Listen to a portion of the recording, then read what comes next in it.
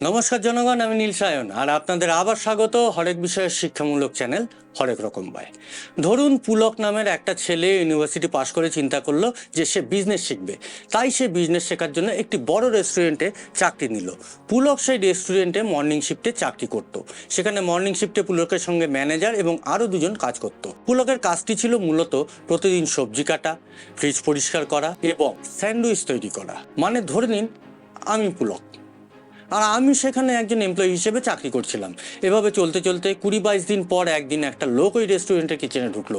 বলা নেই কওয়া নেই, কিচেনে ঢুকে উনি আমাদের জন্য জ্ঞান দেওয়া শুরু করলেন। এটা এভাবে কাটছো কেন, ওভাবে কাজ করছো কেন, এভাবে কি কাজ হয় নাকি, কাজ এভাবে করলে তোমাদেরকে আউট করে দেবো, এরকম নানা ধরনের কথা সে শোনাচ্ছিল। আমি একটু বিরক্ত হয়ে ম্যানেজারকে জিজ্ঞাসা করলাম, স্যার এই লোকটি আসলে কে, কি চায়? ম্যানেজার তখন আমাকে বলল যে এটি আমাদের মালিক, সে যাই তোমাকে শোনাচ্ছে চুপ করে শোনো, কিছুক্ষণ পর সে এমনিতেই চলে যাবে। আমি তখন চিন্তা করলাম, আরে মালিকের লাইফ তো বিন্দাস, আমিও যদি মালিক হতে পারি তাহলে তো এরকম বিন্দাস জোস লাইফ কাটাতে পারবো। এই ভেবে আমি তখন ম্যানেজারকে জিজ্ঞেস করলাম, আচ্ছা স্যার এই ধরনের একটা আউটলেট খোলার জন্য কি পরিমাণ টাকা লাগতে পারে? তখন ম্যানেজার আমাকে বলল, অনেক। তাও ধরো টোটাল মিলে মিনিমাম 40 থেকে 50 লাখ তো লাগবেই। তখন আমার মনে প্রশ্ন হলো এই যে এই মালিক এত টাকা পেলো কি করে? হয় ওনার বাবা দিয়েছেন, নয়তো লোন নিয়েছেন। আমি ম্যানেজারকে প্রশ্ন করতেই উনি বললেন যে আরে না না, ওসব কোনো সব মনে হচ্ছে গিয়ে বন্ধুর টাকা, বন্ধু ইটালি থাকে, ওনার প্রচুর টাকা। আমি বললাম আচ্ছা এই ব্যাপার, তাহলে এই মালিকের কাছে তাহলে এত টাকা নেই, টাকাটা ওনার এক বন্ধুর যে ইতালিতে থাকে, সে এখানে টাকা ইনভেস্ট করেছে, তার বন্ধু মানে আমাদের মালিক সেই বিজনেস চালাচ্ছে, আর যাই প্রফিট হয় তার দুজনের মধ্যে ভাগাভাগি হয়ে যায়। এই কথা শোনার পর আমি একটা জিনিস বুঝতে পারলাম, এমপ্লয়ি কাজ করে, বিজনেসম্যান বিজনেস সামলায়, আর ইনভেস্টার বসে বসে টাকা নিয়ে যায় এবং আরও টাকা কামায়। এমপ্লয়িরা কাজ করার বিনিময়ে টাকা পায়, বিজনেসম্যান কাজ করানোর পরিবর্তে টাকা পায়, আর ইনভেস্টার কোনো কাজ না করেই টাকা পায়। এর মানে একই বিজনেসে 3-4 ক্যাটাগরির লোক কাজ করে। আর এই জন্যই রিচ ড্যাড পুয়ার ড্যাড বইয়ের অথর রবার্ট কিওসাকি তার সেকেন্ড বুক ক্যাশফ্লো কোয়াড্রেন্ট নিয়ে এলেন। যাই হোক, আপনি যদি রিচ ড্যাড পুয়ার ড্যাড নিয়ে জানতে চান তাহলে আপনাদের চ্যানেলে এই সম্পর্কে ভিডিও আছে, আমার টপ লেফটে আই বাটনে আর নিচে ডেসক্রিপশন বক্সে এই লিঙ্ক দিয়ে দিচ্ছি। যাই হোক, যা বলছিলাম, রবার্ট কিওসাকি তার সেকেন্ড বুক দ্য ক্যাশফ্লো কোয়াড্রেন্টে বলেছেন যে আপনার আশেপাশে যেই লোক যেই ধরনের কাজই করুক না কেন, সে কোনো না কোনোভাবে 4 ক্যাটাগরির মানুষের মধ্যেই পড়বে। ওনার মতে এই 4 ক্যাটাগরি হলো ESBI। ই মানে এমপ্লয়ি, এস মানে সেলফ এমপ্লয়েড, বি মানে বিজনেসম্যান, আর আই মানে ইনভেস্টার। তাহলে আসুন এখন এটা জানা যাক যে এই 4 ধরনের কাজের মধ্যে কার কি কি বেনিফিটস বা ফায়দা রয়েছে আর কি কি লস রয়েছে, কাজগুলো করতে কি কি ধরনের মেন্টালিটি প্রয়োজন। এই ভিডিওটা দেখতে দেখতে আপনিও শেষ পর্যন্ত বুঝে যাবেন যে আপনার জন্য কোন ক্যাটাগরি পারফেক্ট এবং কোন রাস্তায় হাঁটলে আপনি আসলেই ধনী হতে পারবেন। প্রথমটি হচ্ছে গিয়ে ই মানে এমপ্লয়ি। আপনি আপনার লাইফে এটি অবশ্যই শুনে থাকবেন, আপনার বাড়ির বড়রা সবসময় এটি বলবেন যে বাবা সিকিউর কোনো জব করো আর লাইফটা যেভাবে হোক সেটেল করে নাও। তো আসল ব্যাপারটা এলো এই যে ওনারা বোঝাতে চায় যেটা, সেটা হচ্ছে ফিয়ার। যদি কোনো ব্যক্তি তার কেরিয়ার নিয়ে আসলেই ভয় পায় এবং সে সিকিউরিটিকে ফার্স্ট প্রায়োরিটি মনে করে, তাহলে আপনি নিশ্চিন্তভাবে বলতে পারেন যে সে একজন এমপ্লয়ি মেন্টালিটির। এবং জবের ক্ষেত্রে এই ধরনের লোক কোনো প্রকার রিস্ক নিতেই চায় না। এদের লাইফে একটা প্রমিস দরকার হয়, এরা চায় যে কেউ যেন তার কোম্পানিতে তাকে একটা চাকরি দেয় এবং অফিসিয়ালি কনফার্ম করে যে সে এখানে লং টাইম চাকরি করতে পারবে, ব্যাস সে খুশি হয়ে যায়, তার এইটুকুই দরকার। এই জন্যই এই ধরনের লোক তাদের ফিয়ার অফ আনসার্টেনিটিকে কম করার জন্য কিছু প্রফেশনাল ডিগ্রি অর্জন করে এবং সেই ডিগ্রির উপর বেস করে তারা জব সার্চ করে, আর এরপর কোনো না কোনোভাবে তারা জব খুঁজে বের করে। এদের সাথে কথা বললে দেখবেন যে এরা সবসময় আপনাকে এটি বোঝাবার চেষ্টা করবে যে I am more interested in settled life than মানি। এটি আসলেই তাদের মনের কথা, কারণ তাদের অনেক বেশি টাকার থেকে বেশি মূল্যবান হলো তাদের লাইফটা সিকিউর করা। এদের কাছে টাকার থেকে সিকিউরিটি অনেক বেশি ম্যাটার করে। এরপর সেকেন্ড কোয়াড্রেন্ট এস মানে সেলফ এমপ্লয়েড। এই ধরনের লোক তারাই যারা নিজেরাই নিজেদের বস। এরা ঠিক সেই কাজটি করে যেই কাজটি তাদের আসলেই ভালো লাগে এবং তারা সেই কাজ করতে অনেক বেশি কমফোর্টেবল। এই ক্যাটাগরিতে আপনি 2 ধরনের লোক দেখবেন। এক ধরনের লোক অনেক বেশি ওয়েল এডুকেটেড, যেমন ডক্টর, লয়ার ইত্যাদি। আর হলো দ্বিতীয় ধরনের লোক যাদের এডুকেশন তেমন কোনো নামগন্ধ নেই, কিন্তু তারা যেই কাজটি করতে পারে সেই কাজটি দিয়ে তারা বেশ এক্সপার্ট। যেমন শপকিপার, ক্লিনার, ট্রাভেল এজেন্সি, কার মেকানিক, প্লাম্বার, কার্পেন্টার্স, ইলেকট্রিক মিস্ত্রি ইত্যাদি। অবজ্ঞা করবেন না, এরাও কিন্তু জব ওনার, মানে নিজের বস নিজেই। এরা নিজেদের কাজে আসলেই এক্সপার্ট, মানে তাদের কাজ তাদের খুব সূক্ষ্মভাবে জানা থাকে।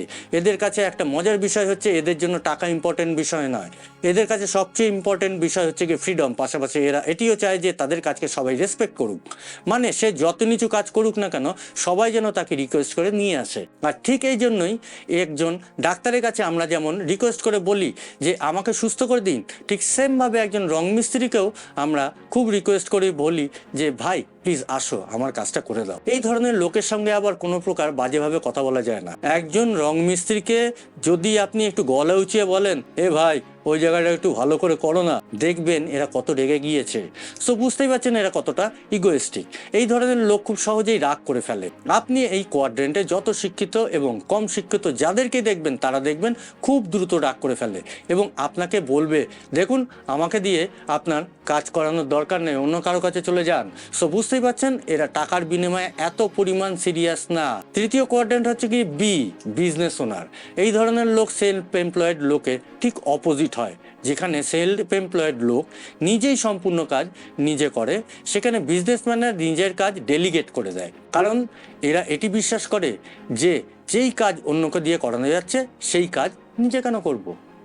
আপনি ভাবছেন যে বিজনেস ওনার তো নিজেই নিজের বস, তাহলে তাদের আলাদা ক্যাটাগরি কেন? আসুন ব্যাপারটা বুঝিয়ে বলি। বি এবং এস এর মধ্যে সবচেয়ে বড় ডিফারেন্স হলো বিজনেসম্যান নিজের বিজনেস ছেড়ে 1 মাসের জন্য যদি কোথাও যায় তারপর তার বিজনেস ঠিকঠাক প্রসেস অনুযায়ী চলতেই থাকে। কিন্তু এস কোয়াড্রেন্টের লোকেরা যদি 1 মাসের জন্য কোথাও ছুটিতে যায় তাহলে ফেরার পর হয়তোবা সে দেখবে তার কাজই আর নেই, তাকে আবার নতুন করে কাজ খুঁজতে হবে। একজন ডাক্তারও 1 মাস ছুটিতে গেলে ফেরার পর আগের মতো রুগীর ভিড় পায় না, ওয়েট করতে হয়।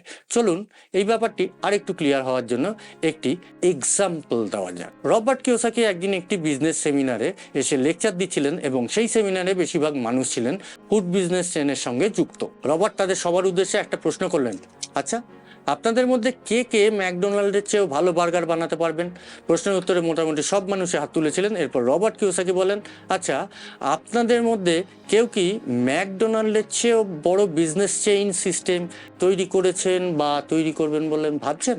এই কোয়েশ্চেনটি শোনার প্রায় সব কটা উঠে যাওয়া হাত নেমে যায়। ভেবে দেখুন, প্রায় সব কটা উঠে যাওয়া হাতই কিন্তু নেমে যায়।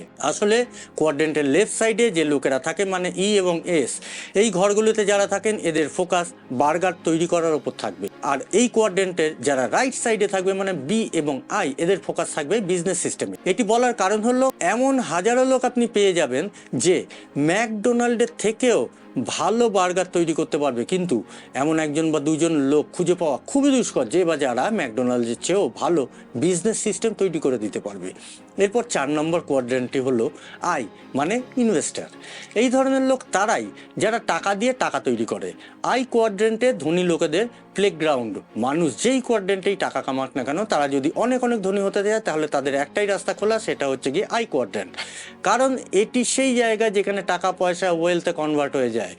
কোয়াড্রেন্টের রাইট সাইডে মানে বি এবং আই, এই ধরনের লোক দুটি কারণে ধনী হয়। 1 ওপিটি আর 2 ওপিএম মানে আদার পিপল টাইম বা ওপিটি, এবং আদার পিপল মানি মানে ওপিএম। আদার পিপলের মানি এবং টাইম তারা ইউজ করে, অবশ্য নিজেরা যে একদমই খাটে না সেরকম নয়, কিন্তু খাটনির পরিমাণ অনেকটাই কম। আসলে এরা নিজেদের টাইম আর মানির সাথে আদার পিপল টাইম এবং আদার পিপল মানি কিছুটা যুক্ত করে নিজেদের সম্পদ অনেক গুণ বাড়িয়ে তোলেন। এখন কথা হলো এই ই এবং এস, এই 2 সাইডের মানুষ কি নিজেরা ধনী হতে পারে না? হ্যাঁ পারে, তবে এদের সংখ্যা খুবই কম। কারণ তাদের কাছে ফাইন্যান্স এই বিষয়টা বোঝার নজরই আলাদা হয়। কেন সেটা আমি বলছি, কিন্তু তার আগে আপনি কমেন্ট করে জানান তো আপনার কি মতামত। রবার্ট কিওসাকি বলেছেন যে সে যখন খুব ছোট ছিল তখন সে দেখেছে, মানে তার রিয়েল ড্যাডের কথা বলছি, সে তার রিয়েল ড্যাডকে দেখেছে খুব হার্ড ওয়ার্ক করতে। কিছু বছর পর তার বাবার প্রমোশন হয় আর সে আগের চেয়েও আরও বেশি বিজি হয়ে যায়। সে ভোর হতে না হতেই ঘর থেকে বের হয়ে যেত এবং ঘরে ফিরতে ফিরতে এতটাই রাত হতো যে ততক্ষণে তারা ঘুমিয়েই পড়তে।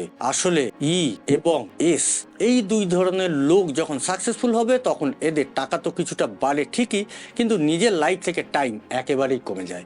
অপরদিকে আপনি যদি বি এবং আই এই দুই সাইডে সাকসেসফুল হতে পারেন তাহলে টাকা পয়সার সাথে ফ্রি টাইমও বেড়ে যাবে। আরে দাঁড়ান, বিষয়টি আবার এতটা ইজিলিও করা যায় না। এখানে আপনাকে জানতে হবে যে মানি কিভাবে কাজ করে। এটাকে কিওসাকি ফাইন্যান্সিয়াল ইন্টেলিজেন্স বলেছে। আর এই ইন্টেলিজেন্স ছাড়া আপনি কিছুতেই কিন্তু রাইট সাইডে সার্ভাইভ করতে পারবেন না। এই সাইডটিতে সার্ভাইভ করার জন্য আপনাকে money management, people management, low cost invest, high profit margin এগুলো খুব ভালোভাবে বুঝতে হবে। চলুন আবার কোয়াড্রেন্টের লেফট সাইডে চলে আসি। এই ধরনের লোকেরা এটি বিলিভ করে যে টাকাকে সেভ করা উচিত। এরা যে করেই হোক টাকা সেভ করার জন্য মরিয়া হয়ে ওঠে। এরা চাকরির ক্ষেত্রে যেমন সিকিউরিটি এনশিওর করে, তেমনি টাকা পয়সা জমানোর ক্ষেত্রে এরা সব ধরনের ফিয়ারকে অ্যাভয়েড করে নিজের সিকিউরিটি এস্টাবলিশ করে। দেখুন, ইনফ্লেশনের কারণে প্রতি বছর টাকার দাম হিউজভাবে ড্রপ করছে। এমন একটা অবস্থায় আপনি যদি এটি ভাবেন যে টাকাকে ব্যাংকে জমিয়ে রেখে নিজে সেফ ফিল করবেন, তাহলে আমি বলবো এটি কোনোভাবেই সম্ভব নয়। আজ থেকে 40, 50, 60 বছর আগে এই প্রসেসটি খুব ভালো কাজ করতো, কিন্তু বর্তমানে এটি কোনোভাবে কাজ করবেই না। আর এই জন্যই রবার্ট কিওসাকি এই বিষয়টিকে বলেন today savers are the biggest losers. এখন কথা হলো, সাধারণ মানুষ এই বিষয়গুলো দেখে না কেন? এই বিষয়ে রবার্ট কিওসাকি বলেন যে you can not see money with your eyes. 1974-এর একটি ঘটনা, যেই সময় রবার্ট 2 বেডরুমের একটা ফ্ল্যাট কিনেছিলেন। সে ভেবেছিল যে সে কোনো এক পার্টিকে সেই ফ্ল্যাটটা সে রেন্টে দিয়ে দেবে। তারপর সে ফ্ল্যাটের সকল ডকুমেন্টস নিয়ে তার সেই রিচ ড্যাডের কাছে যায়। রিচ ড্যাডের কাছে গিয়ে সেই সব ডিটেলস বলে এবং বলে যে আমি এরকম একটা ফ্ল্যাট কিনেছি এবং এটা এখন ভাড়া দেবো। তখন রিচ ড্যাড রবার্টকে জিজ্ঞেস করে যে কত টাকা দিয়ে তুমি এই প্রপার্টি কিনেছো? তখন রবার্ট বলে $1000। এরপর রিচ ড্যাড বলেন যে তুমি $1000 দিয়ে কেননি, তুমি এর চেয়েও বেশি আর অনেক টাকা দিয়ে এটা কিনেছো। তখন রবার্ট ঘাবড়ে যায়, কারণ সে তো সত্যিটাই বলেছিল। সেই দেখে রিচ ড্যাড বলেন যে দেখো, একটা প্রপার্টি একটি রিয়েল এস্টেটের একটি টুকরো মাত্র, যেটা তুমি চোখে দেখতে পাও, কিন্তু এর ভিতরেই লুকিয়ে রয়েছে এমন অনেক জিনিস যেটা তুমি আসলে চোখে দেখতে পাও না। কিন্তু সেই জিনিসগুলো তোমার এই ফ্ল্যাটের খরচের সাথে পুরোপুরি কানেক্টেড, যেমন deal agreement, market value management system, risk factor, cash flow, corporate system, tax, loss, এরকম আরও হাজারো জিনিস রয়েছে। যেই জিনিসগুলো মিলেই একটা প্রপার্টিকে লাভজনক অথবা অলাভজনক প্রপার্টিতে পরিণত করতে পারে। সাধারণ মানুষরা প্রপার্টি কেনার সময় হয়তো কারুর থেকে অথবা কোনো ব্রোকারের থেকে সাজেশন নিয়ে, আইডিয়া নিয়ে প্রপার্টিটা কেনে, আর এটিকেই ইমোশনাল বাইং বলা হয়। আর এই ইমোশনাল বাইংয়ের কারণেই 10 থেকে 9টি বিজনেসম্যানই ইনভেস্টমেন্টে লস খায়। রবার্ট আরও বলেন যে একজন অ্যাভারেজ ব্যক্তি যে কোনো জায়গায় টাকা ইনভেস্ট করার সময় 95% জিনিস নিজের চোখে দেখে এবং বিশ্বাস করে, আর মাত্র 5% জিনিস সে তার ব্রেন দিয়ে অ্যানালিসিস করে। কিন্তু আপনাকে যদি বি বা আই মানে ডান দিকের কোয়াড্রেন্টের প্রফেশনাল হতে হয়, তাহলে চোখ দিয়ে মাত্র 5% দেখবেন আর নিজের ব্রেন দিয়ে বাকি 95% দেখবেন। তো চলুন এই দেখার ফার্স্ট স্টেপটি জানা যাক। এবার প্রশ্ন হলো যে নিজের ব্রেনের চোখ দিয়ে কিভাবে মানিকে দেখতে হয়। এটির আনসার হলো ওয়ার্ডস এবং নাম্বার দিয়ে। কঠিন লাগছে তাই না? আসুন আমরা একটু বিষয়টিকে ভেঙে বুঝি। যে কোনো জিনিসকে বিচার বিবেচনা করা মানে যে কোনো জিনিস করার আগে, মানে কোথাও ইনভেস্ট করার আগে বা কোনো কিছু কিনে ফেলার আগে খাতা কলমে সেই জিনিস খুব সূক্ষ্মভাবে অঙ্কের মতো হিসেব মিলিয়ে দেখতে হবে যে সেই জিনিসটি আপনার জন্য প্রফিটেবল নাকি লস প্রজেক্ট। আর এই জিনিসটি যখন আপনি সূক্ষ্মভাবে করতে পারবেন, তখনই আপনি একজন ভালো বিজনেসম্যান এবং ইনভেস্টর হতে পারবেন। সাধারণ মানুষ মনে করে ইনভেস্টিং হলো রিস্কি কাজ, কিন্তু রবার্ট কিওসাকি বলেন যে ফিনান্সিয়ালি আনএডুকেটেড থাকাই হলো গিয়ে রিস্কি, ইনভেস্টিং করা মোটেও রিস্কি নয়। রবার্ট কিওসাকি বলেন যে ইনভেস্টিং বা বিজনেস একটা প্লেন চালানোর মতো। যদি আপনার প্লেন চালানোর মতো ন্যূনতম এক্সপিরিয়েন্স থাকে এবং সেই বিষয়ে ঠিকঠাক এক্সপার্টিস থাকে, তাহলে প্লেন চালানো আপনার জন্য একটা এক্সাইটিং ব্যাপার। কিন্তু যারা এই বিষয়টি বোঝে না, তাদের জন্য প্লেন চালানো মৃত্যুর সমান। সো বুঝতেই পারছেন যে বিজনেস বা ইনভেস্টিং এই বিষয়টা শিখলে খুবই মজাদার, না শিখতে পারলে এই জিনিসটা আপনার জন্য মরণ ফাঁদ। মানে আপনি যে জায়গাতেই টাকা ইনভেস্ট করুন না কেন, সেটি শেষ হবেই। এরপর রবার্ট কিওসাকি বলেন আমরা সাধারণ লোকেরা ইনভেস্টিং এর ব্যাপারে বড় একটা ভুল করি। আমাদের মাথায় যখন কোথাও ইনভেস্ট করার চিন্তা আসে, তখন আমরা সাথে সাথেই আমাদের আশেপাশের লোকেদের কথা ভাবতে থাকি, অথবা নিজেদের ফ্যামিলি বা আত্মীয় স্বজনের কথা ভাবতে থাকি, কারো মাধ্যমে কার পরামর্শে ইনভেস্ট করা যায়। বিশ্বাস করুন, এটি চরমভাবে রিস্কি একটা কাজ। কারণ শুধুমাত্র যাকে আপনি বিশ্বাস করেন, মানে যার ওপর আপনার ট্রাস্ট রয়েছে, সেই ট্রাস্ট দিয়ে কিন্তু কোনোভাবেই বিজনেস হবে না। সেই লোকের তো ফাইন্যান্সের বিষয়ে কিছু না কিছু জানা থাকতে হবে, তাই না? আর সবার শেষে এই বইটিতে রবার্ট কিওসাকি এটি বলেছেন যে আমাদের যে করেই হোক এক কোয়াড্রেন্ট থেকে আর এক কোয়াড্রেন্টে যেতে হবে। এখন এই বিষয়টি তো এত ইজি না, বাট ইম্পসিবলও নয়। আসলে বোঝেননি বলে এটি এই মুহূর্তে ইজি নয়। আসুন না একটা উদাহরণ দিয়ে ব্যাপারটা বুঝে নিই। আগেকার দিনে আমরা একটা কৃষি জমি থেকে আমাদের খাবার দাবার, থাকার ঘর তৈরি করার জন্য বেড়া, ঔষধপত্র ইত্যাদি জোগাড় করে ফেলতে পারতাম, কিন্তু আজকের দিনে সাধারণ জল খাওয়ার জন্য টাকা দিতে হয়। সো এই এক্সপেন্সিভ যুগে এসে কোনো কিছুই এতটা ইজি না। এখন ইজি করার জন্য কি করতে হবে? নিজের ব্রেনটাকে প্রপার একজন বিজনেসম্যান এবং ইনভেস্টারের মতো ইন্টেলিজেন্টলি ইউজ কিভাবে করা যায় সেটা জানতে হবে। আপনার নলেজের ঠিক এই জায়গায় ফাঁকা রয়েছে, যেখানে আপনি যদি একবার এক্সপার্ট হতে পারেন তাহলে সবার থেকে আপনি নিশ্চিন্তে এগিয়ে যেতে পারবেন এবং টাইম প্লাস মানি দুটোই একটু একটু করে আপনার জীবনে বাড়তেই থাকবে। আসলে বিজনেস শুরু করার আগে এসব বিষয়গুলো খুব ভালোভাবে জেনে চিনতে ভাবনা চিন্তা করে তারপর বিজনেস শুরু করুন। আজ এ পর্যন্তই। কেমন লাগলো ভিডিওটা কমেন্ট করে জানাবেন। আবার দেখা হবে নতুন একটা ভিডিওতে। ততদিন ভালো থাকবেন, সুস্থ থাকবেন। এখনকার মতো বিদায়।